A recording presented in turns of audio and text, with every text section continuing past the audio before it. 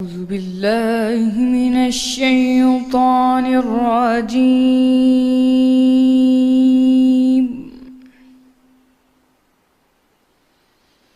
بسم الله الرحمن الرحيم.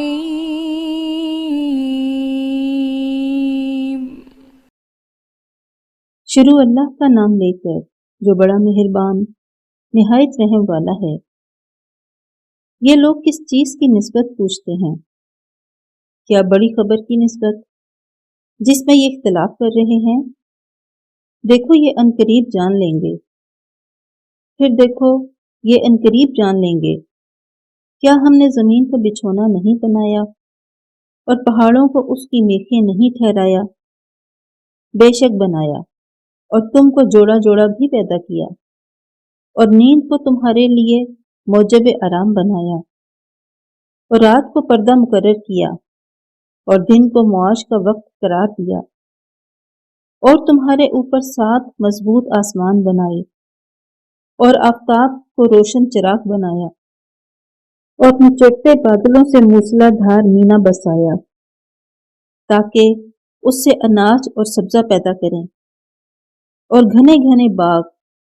بے شک فیصلے کا دن مقرر ہے۔ جس دن سور پھونکا جائے گا تو تم لوگ غٹ کے غٹ آ موجود ہوگے، اور آسمان کھولا جائے گا تو اس میں دروازے ہو جائیں گے، اور پہاڑ چلائے جائیں گے تو وہ ریت ہو کر رہ جائیں گے۔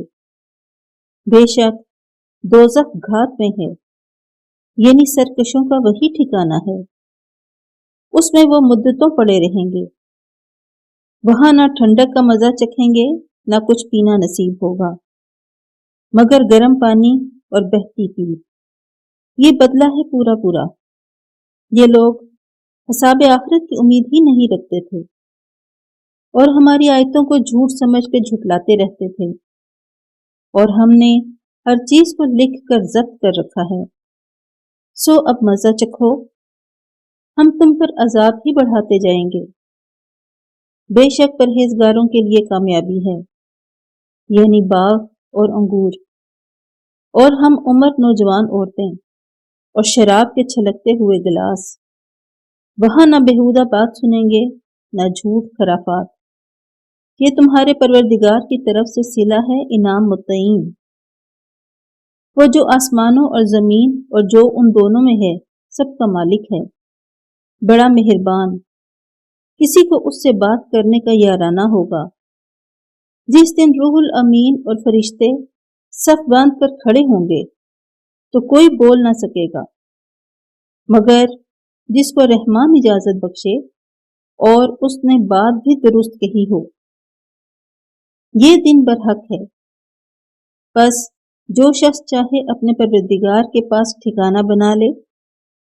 ہم نے تم کو عذاب سے جو عنقریب آنے والا ہے آگاہ کر دیا ہے۔ جس دن ہر شخص ان اعمال کو جو اس نے آگے بھیجے ہوں گے دیکھ لے گا، اور کافر کہے گا کہ اے کاش میں مٹی ہوتا۔ صدق اللہ